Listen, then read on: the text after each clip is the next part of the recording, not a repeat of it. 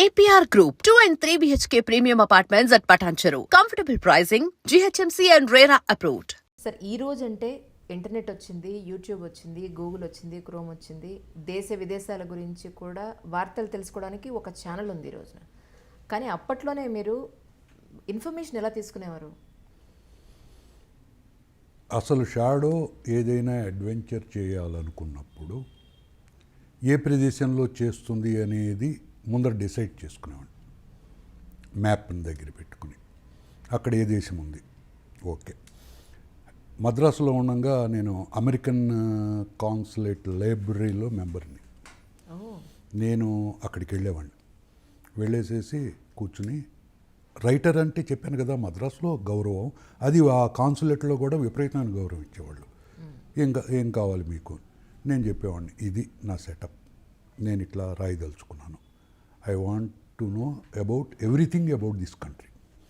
వాళ్ళు కంప్లీట్ ఒక కాగితం ఇచ్చేసేవాళ్ళు. అక్కడున్న కస్టమ్స్, వాళ్ళ డ్రెస్సెస్, వాళ్ళ భాష, వాళ్ళ కరెన్సీ, వాళ్ళ ఫుడ్ హ్యాబిట్స్ మొత్తం నాకు సినాప్సిస్ ఇచ్చేసేవాళ్ళు. వాటిని నేను మౌల్డ్ చేసుకుని నాకు అనుగుణంగా నేను వాడుకునేవాడిని.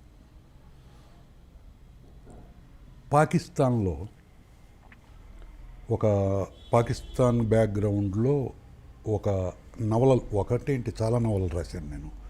మనకి శత్రుదేశం కిందే వర్ణించాను నేను, ఏమీ వెనక ముందు ఆలోచించాల. దాంట్లో ఫకీర్ బాబా అని చెప్పేసి ఒక క్యారెక్టర్ ఉంది, ఒక సన్యాసి.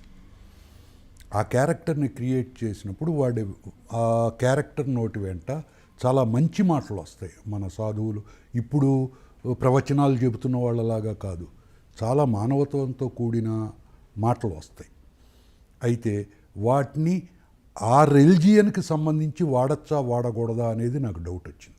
కాంట్రవర్సీ క్రియేట్ చేయటం నాకు ఇష్టం లేదు ఎప్పుడు.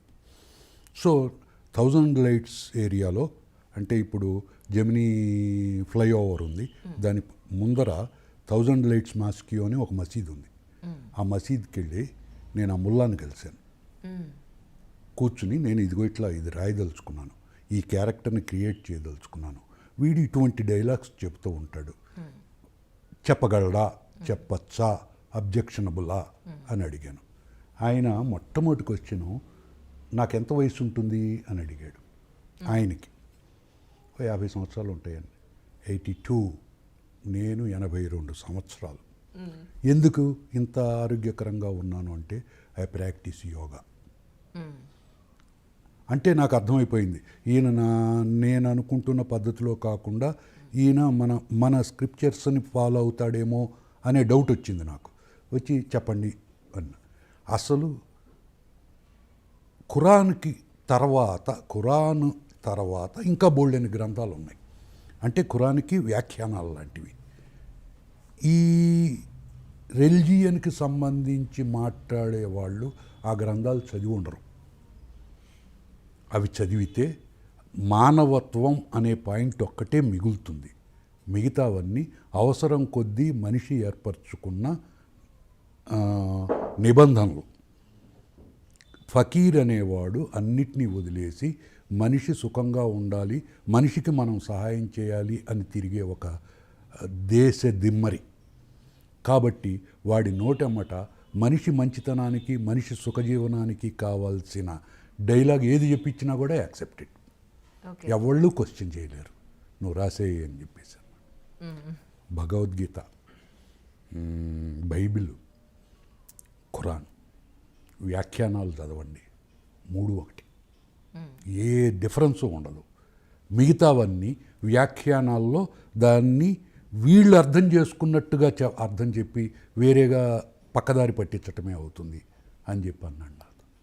ఆ తర్వాత నేను ఫకీర్ బాబా క్యారెక్టర్ ఫుల్ ఫ్లెడ్జ్డ్గా క్రియేట్ చేశాను, సక్సెస్ అయింది. ఎన్నాళ్ళ క్రితం కలిసారండి ఆయన్ని, ఫకీర్ బాబాని? 40 years. మద్రాసులో ఉన్నప్పుడు, ఇప్పుడు కాదు. అంటే ఇప్పుడు మీ లైఫ్ స్టైల్ ఏంటి అనేది మీకు తెలుసు. దీన్ని లేదు, దీన్ని నెక్స్ట్ లెవెల్ తీసుకెళ్ళాలి అని ఏమి అనుకోవట్లేదా మీరు? నెక్స్ట్ లెవెల్ అంటే ఇందాక వచ్చింది ఆ పాయింట్. నెక్స్ట్ లెవెల్ అంటే అదే మిగతా వాళ్ళలాగా, మిగతా రైటర్స్ లాగాను, మిగతా డైరెక్టర్స్ లాగాను ఏం చేయాలి? ఒక స్టెప్ పైకి వెళ్దాం అని అనుకోవట్లేదా మీరేమి? సిగరెట్లు తాగగలను.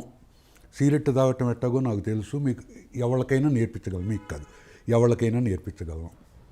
మందు తాగగలను. కాబట్టి మందు తాగటంలో మా అమ్మాయి నాకు చివాశ్రీగులు కాస్ట్లీ బ్రాండ్స్ తెచ్చిచ్చింది.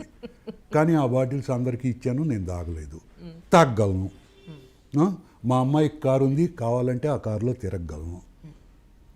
హ్యాపీగా 10ంటికి పడుకోగలను, 10:30కి పగలు 10:30కి లేవగలను. డబ్బులకి తడుముకోవాల్సిన అవసరం లేదు. నా పెన్షన్ నాకు హ్యాపీగా చేతికి వస్తుంది 1వ తారీఖునే. ఇంట్లో సరుకులకి ఇబ్బంది పడాల్సిన అవసరం లేదు. చెప్పిన మాట వినే పెళ్ళాం ఉంది, నో ప్రాబ్లం. చెప్పిన మాట వినే కొడుకు, వినకపోయినా విన్నట్టు నటించే కొడుకున్నాడు, ప్రాబ్లం లేదు. నాకు ఇంకా లైఫ్లో ఇంకేం కావాలి? I'm the happiest person in the world. Shadow నాకు అన్నీ ఇచ్చాడు. అవసరమైతే అర్ధరాత్రి 12కి ఫోన్ చేసినా కూడా గంటల తరబడి సుత్తేసే అభిమానులు ఉన్నారు. అంటే ఇప్పటి వరకు మీరేమి లైఫ్ని ప్లాన్ చేసుకోలేదు, ఇలా ఉండాలి, ఇలా ఉంటే బాగుంటుంది, ఎక్కడ ప్లాన్ చేయలేదు. కనీసం ఈ రెస్ట్ ఆఫ్ ది లైఫ్ అనే మీరు ప్లాన్ చేసుకునే అవకాశం? ఏం ప్లాన్ చేయమంటారు? నేను అనేది ప్లాన్ అంటే ఏంటి? లైఫ్లో ఒక మనిషికి ఏం కావాలి చెప్పండి, అది చెప్పండి. ఏం కావాలి మనిషికి? ఏమిటి కావాల్సింది ప్లాన్ చేస్తా. I will try from this day. అవసరమైతే ప్రొడ్యూసర్స్ దగ్గరికి వెళ్ళి, బాబు మీ సినిమాలకి రాస్తాను, నాకు కాసిన డబ్బులు ఇవ్వండి అని అంటాను. డబ్బులా నాకు కావాల్సింది? మీకు కావాల్సింది మనశ్శాంతి. అది హ్యాపీగా జరుగుతుంది కదా. జంక్షన్ వదిలిపెట్టి ఇక్కడికి వచ్చినా కూడా నా లైఫ్ స్టైల్లో ఏం మార్పు రాలా. జంక్షన్లో ఉన్న నా లైఫ్ స్టైల్లో ఏం మార్పు రాలా. మొన్నటిదాకా ఫ్రెండ్స్ లేరు, అక్కడున్న ఫ్రెండ్స్ ఇక్కడ లేరు, ఎవరితోనూ మాట్లాడి సుత్తేయటానికి అవకాశం లేకపోయింది అని అనుకున్నాను. దొరికాడు ఈయన, బాధ వదిలిపెడతా. అది మీ వైఫ్ ఎప్పుడు అనలా మీ రచనలు, మీ పుస్తక రచన ఈగోలే తప్ప నన్ను మీరు పట్టించుకున్నది లేదని ఎప్పుడు అనలా? నిజం చెప్పండి. మాటల రూపంలో అనలేదు, కానీ భావాల రూపంలో అప్పుడప్పుడు అన్నట్టే గుర్తు. ఎందుకనంటే మీ ప్రపంచంలో మీరుంటే 8 hours మినిమం నేను కాగితాల ముందర కూర్చోవాల్సి వస్తుంది. తన్ని అసలు నా రూమ్లోకి వస్తే అరిచి కేకలు పెట్టి తిట్టేసేవాడిని, డిస్టర్బ్ చేయడానికి లేదు. 2 కారణాలు ఉన్నాయి. ఒకటి, ఓవర్గా స్మోక్ చేస్తుండేవాడిని. గదంతా ఎంత పొగంటే గదిలో నేను ఎగ్జాస్ట్ పెట్టించాల్సి వచ్చింది నా గదిలో ఆ పొగ బయటికి పోవటానికి. ఎందుకంటే తలుపులు వేసుకుని కూర్చొని రాసుకుంటూ ఉండేవాడిని. అటువంటి టైంలో తనకి ఏదైనా అవసరం వచ్చినప్పుడు నన్ను డిస్టర్బ్ చేయక తప్పదు. కాబట్టి నేను ఏదైనా కొంచెం గట్టిగా మాట్లాడితే వీడిని చేసుకుని నేను ఏం అనుభవిస్తున్నానులే అన్న ఫీలింగ్లు ముఖంలో కనపడలేదని అనలేదు. బట్ జనరల్గా అటువంటిది ఏం లేదు. She's happy, I'm happy. So ఏది ఏమైనప్పటికీ కూడా మీ మనశ్శాంతి, మీ ప్రశాంతత చెక్కు చెదరకుండా మీరు ఇలాగే దృఢ నిశ్చయంతో ఉండాలని, అవకాశాలు మిమ్మల్ని వెతుక్కుంటూ మీ దగ్గరికి రావాలని, మీరు మీరు ఎక్స్పెక్ట్ చేయకపోయినా కూడా ఇంకా బోళ్ళంత డబ్బు మీ దగ్గరికి రావాలని మనస్ఫూర్తిగా కోరుకుంటున్నాం. చాలా థ్యాంక్స్. కానీ బోల్డంత డబ్బు వస్తే ట్యాక్సులు కట్టలేక రావాలి. ఎందుకు వచ్చిన గవర్నమెంట్ మళ్ళీ నేను తప్పు చేయాల్సి వస్తుంది. అవి దాచుకోవటానికి నేనేదో దొంగ లెక్కలు చూపించాలి. ఎందుకు వచ్చిన గోల? ఉన్నదైతే హ్యాపీగా బతకచ్చు. కానీ కావాల్సింది మనిషికి ప్రశాంతత. ఇంత ఏజ్ వచ్చిన తర్వాత అది డెఫినెట్గా నాకు అవసరం. హాయిగా బతకచ్చు, అవసరాలు తీరుతున్నాయి. ఇంతకు మించి మనిషి కోరుకుంటే అది కొంచెం అత్యాశే అవుతుంది. దేవుడు ఊరుకోడు. నీకు ఇన్ని సంవత్సరాలు నేను ఇంత ఇచ్చి ఇంకా నువ్వు ఆశపడుతున్నావు అంటే దురాశే. అది ఇన్ని సంవత్సరాలు మీకు గుర్తింపునివ్వలేదు. గుర్తింపు ఇచ్చాడు, మీరు అక్కడే, మీరు బయటికి రాలేదు. సరే, మిమ్మల్ని ఒక నాకు ఇచ్చిన గుర్తింపు ఆల్మోస్ట్ 1-2 రైటర్స్కి ఇచ్చాడేమో కానీ ఎవరికి ఇవ్వాల. నేను ఫలానా అని చెప్తే అసలు నేను ఊరికే 4 స్టెప్పులు ఊరికే వేయలేను, అంత గుర్తింపు ఇచ్చాడు. కాకపోతే నేను ఓన్ చేసుకోలేదు ఆ గుర్తింపుని. నేను ఫలానా అని నేను చెప్పుకోలే. ఇది నా ఎదుటే మధుబాబుని తిట్టిన వాళ్ళు ఉన్నారు, మధుబాబుని పొగిడిన వాళ్ళు ఉన్నారు. నేను 24 గంటలు తాగి స్లో లేకుండా బ్రహ్మానంద రెడ్డి స్టేడియం గుంటూరు పక్కన పడుంటానని చెప్పేసి అన్నారు ఎవళ్ళో. ఒక అభిమాని కారు వేసుకుని తెల్లారుజామున జంక్షన్ వచ్చేసి సార్ మీరు అట్ట పడున్నారట, వాళ్ళ వ్యవహారం తేలుద్దాం, మీరు కారు ఎక్కండి అని చెప్పేసేసాడు. అటువంటి అభిమానులు ఉన్నారు. మా తమ్ముడు, మా కజిన్ బ్రదర్ ఒక షాప్లోకి వెళ్ళి ఈ మధుబాబు ఏంటి రాయటం ఏంటి అన్నట్ట, మళ్ళీ నువ్వు ఇక్కడ కనపడితే తన్ని పంపిస్తాను జాగ్రత్త అని వాడిని తరిమేశారట. అటువంటి అభిమానులు ఉన్నారు నాకు. లేదండి, గుర్తింపు ఇన్ ద సెన్స్ ప్రజల్లో గుర్తింపు లేదనట్లేదు, మీరు దాన్ని నేను ఆ గుర్తింపుని ఓన్ చేసుకోవాలి. నాకెందుకు ఉందిగా మధుబాబుకి గుర్తింపు, నేనే మధుబాబునని చెప్పుకుంటే గొప్ప. తెలియాలిగా, అసలు మీరు తెలియాల్సిన అవసరం ఏంటి? అదే అసలు ఇప్పటికీ ఎవళ్ళు అడిగినా ఇదే పాయింట్ అడుగుతున్నారు. నేను మధుబాబునని తెలియాల్సిన అవసరం ఏంటి? అది మధుబాబు రచన అని తెలియాలి. ఆటోమేటిక్గా నాకు వచ్చేస్తుంది. అది నేనే రాశానని చెప్పుకుంటే ఎక్కువేం కాదు, అది చెప్పుకోకపోతే తగ్గదు ఆ గుర్తింపు. సో నన్ను చూసి మెచ్చుకోవటం కంటే నా రచనలు చూసి మెచ్చుకోవటమే నాకు ముఖ్యం. అది ఇంకా పాటిస్తా, అవసరమైతే వీలున్నంత వరకు పాటిస్తా. కానీ కొంతమంది స్నేహితుల ద్వారా బయటపడిపోయాను.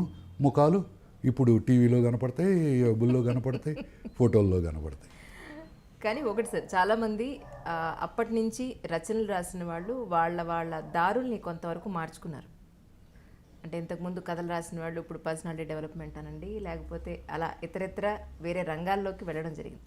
మీరు మాత్రం వెళ్లకుండా అదే రంగాన్ని ఇప్పటివరకు పట్టుకున్నారు. దారి మార్చుకోవటం అనేది కమర్షియల్ ఎలిమెంట్ అండి. దీనికి చక్కటి ఉదాహరణ చెప్తాను నేను. ప్రతి రైటరు రాయటం మొదలెట్టిన తర్వాత కొంతకాలం తర్వాత కొన్ని ఇబ్బందులు ఎదురవుతాయి. ఒకటి, క్రియేటివిటీ స్టేల్ అవ్వటం, రాయలేకపోవటం. అటువంటి వాళ్ళు ఫేడ్ అవుట్ అయిపోతారు. ఎందుకనంటే ఇదివరకు చాలా చోట్ల చెప్పాను నేను, ఇది క్రియేటివిటీ అనేది ఒక బావి, దాంట్లో నీళ్లు ఊరినట్టు క్రియేటివిటీ ఊరుతూ ఉంటుంది. దాన్ని మోటార్ వేసి తోడేసామనుకోండి ఎండిపోతుంది. నేను మోటార్ వేయలా, బకెట్లతో తీసుకున్నా, అంటే ఎప్పుడూ ఎండదు. కాబట్టి ఇంకా నేను సస్టైన్ అవుతున్నాను రైటర్గా. నాలో ఆలోచనలు చచ్చిపోలా, నా బుర్ర ఎండిపోలా, రాయగలుగుతున్నా. డబ్బులను గురించి ఎప్పుడు నేను సీరియస్గా ఆలోచించలా. నాకు మూడు వచ్చినప్పుడు నేను రాశాను, మెచ్చుకుంటుంటే సంతోషించాను. కానీ కొంతమంది రైటర్సు డబ్బులు కావాలి వాళ్ళకి, క్రియేటివిటీని ఆల్రెడీ మోటార్ వేసి లాగేసేసారు. సో వాళ్ళ క్రియేటివిటీ తగ్గింది. నెక్స్ట్ డబ్బులు రావాలంటే ఏం చేయాలి? వాళ్ళకి తెలిసిన విద్య రాయటమే. అది చక్కగా రాసినా చెడుగా రాసినా రాయాల్సిందే. ఆటోమేటిక్గా వాళ్ళు చేయగలిగింది ఏంటి? ఈ మార్గాన్ని వదిలిపెట్టి ఇంకొక మార్గంలోకి వెళ్ళటం, ఇంకొక సబ్జెక్ట్ ఎత్తుక్కోవటం. లవ్ సబ్జెక్ట్ రాసేవాడు అది ఆ ఆలోచనలో రాకపోతే ఫైటింగ్ సబ్జెక్ట్స్లోకి వెళ్తాడు. ఫైటింగ్ సబ్జెక్ట్స్ వాడు ఆ ఆలోచనలో రాకపోతే ఇంకా దేంట్లోకి వెళ్తాడు. అట్లా సబ్జెక్ట్స్ చేంజ్ అవుతూ వస్తున్నాయి. నాకు కూడా వచ్చింది. ఇది జనరేషన్ గ్యాప్ అనేది ఒకటి ఉంటుంది. ప్రతి 15-20 సంవత్సరాల కల్లా జనరేషన్ ఆలోచనలు మారిపోతూ ఉంటాయి. ఇప్పుడు జనరేషను క్రైమ్ని గురించి పట్టించుకోవట్లే. షాడో పుస్తకం రాసిన పాత వాళ్ళు షాడో మీద అభిమానంతో ఓకే అంటమే తప్ప దాన్ని బాగుంది, అదిరిపోయింది అనే డైలాగులు రావటంలా. కారణం ఏంటంటే, నేను షాడో రాసినప్పుడు వాడు ఎగిరి తన్నాడు అంటే థ్రిల్ వచ్చింది, అక్కడ బాంబు పేలింది అంటే థ్రిల్ వచ్చింది. హైదరాబాద్ రాణిగంజ్లో షాడో వచ్చాడు అని అంటే అబ్బో చప్పట్లు కొట్టేశారు. గోకుల్ చాట్లో బాంబులు పేలినాయి, లుంబినిలో బాంబులు పేలినాయి. రోజు 92 స్మగ్లర్సు, భూ కబ్జాలు, రప్చరు, రాంభజన జరుగుతోంది. ఇవన్నీ ప్రజలకు తెలిసినాయి. వాటిని గురించి మళ్ళీ నేను రాస్తే వాళ్ళకి థ్రిల్ ఉండదు. సో క్రైమ్కి రోజులు దగ్గర పడ్డాయి. ఇప్పుడు ఎక్కువగా లైక్ చేస్తున్నది ఫాంటసీ. వాళ్ళకి నేను చెప్పానే, కాలక్షేపం కోసమే రాసే మాలాంటి వాళ్ళకి కాలక్షేపం ఇవ్వాలి. వాళ్ళకి క్రైమ్ కాలక్షేపం కాదు, బోరు కొట్టేసింది. నెక్స్ట్ వాళ్ళు ఏంటి, వాళ్ళ కష్టాలు మర్చిపోవటానికి ఏదో లోకంలోకి వెళ్ళాలనుకుంటున్నారు. ఏ లోకం? ఏది చెప్పినా కూడా ఇది నిజం కాదని తెలిసినా కూడా బాగుంది అనిపించేది ఒక ఫాంటసీయే. రాజులు, కత్తి యుద్ధాలు, గుర్రపు స్వారీలు, రాజకుమారి, హంసనా ఓ పాటలు. బాహుబలి ఎందుకు సక్సెస్ అయింది? ఫాంటసీనే లైక్ చేస్తారు.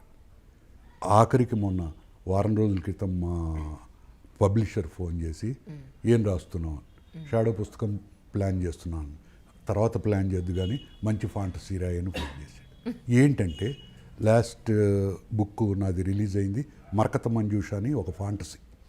నదీ మ్యాగజైన్లో సీరియల్గా స్టార్ట్ అయ్యి మధ్యలో నదీ మ్యాగజైన్ ఆగిపోయింది. నదీ మ్యాగజైన్ ఐడియా ఉందా మీకు? విన్నానండి. వాళ్ళది అవును, అగ్రిగోల్డ్ వాళ్ళది. అగ్రిగోల్డ్, అవును. వాళ్ళు మొత్తం కొలాప్స్ అయిన తర్వాత అయిపోయారు కదా. కొలాప్స్ అయిన తర్వాత నది ఆగిపోయింది. అవును. ఈ సీరియల్ కూడా మధ్యలో ఆగిపోయింది. ఆ తర్వాత దాన్ని మళ్ళీ నేను సపరేట్గా రాసి కంప్లీట్ చేసి నవలగా వేసాం. 2 months అయింది. 500 కాపీస్ వెబ్లో అమ్ముడు పోయినాయి. కినిగే.comలో 500 కాపీస్ అమ్ముడు పోయినాయి. ఓకే. మా పబ్లిషర్ దగ్గరగా 5,000 కాపీలు అమ్మాడు. షాడో పుస్తకం అమ్ముడుపోదు ఇప్పుడు. సో ఈ జనరేషన్ గ్యాప్ మూలాన మరి నా పందా మార్చుకోవాలిగా. ఇదివరకు మొట్టమొదటి మీకు చెప్పాను, జానపదం రాశామంటే మేము జానపదాలు వేసుకోం, క్రైమే అన్నాడు ఎంవిఎస్ శెట్టి గారు. ఇప్పుడు ఆయన బతికున్నట్టయితే నువ్వు జానపదమే రాయ, మా పబ్లిషర్ అనేశాడు, డైలాగు అయిపోయింది. శెట్టి గారు అనక్కర్లా, నువ్వు ఫాంటసీనే రాయి, అవే మార్కెట్ ఉంది. మారిపోయింది. అయితే దేవుడి దయ వల్ల నాకు ఇంకా క్రియేటివిటీ ఉంది కాబట్టి I can shift over to that, ఆ జానర్కి వెళ్ళగలను.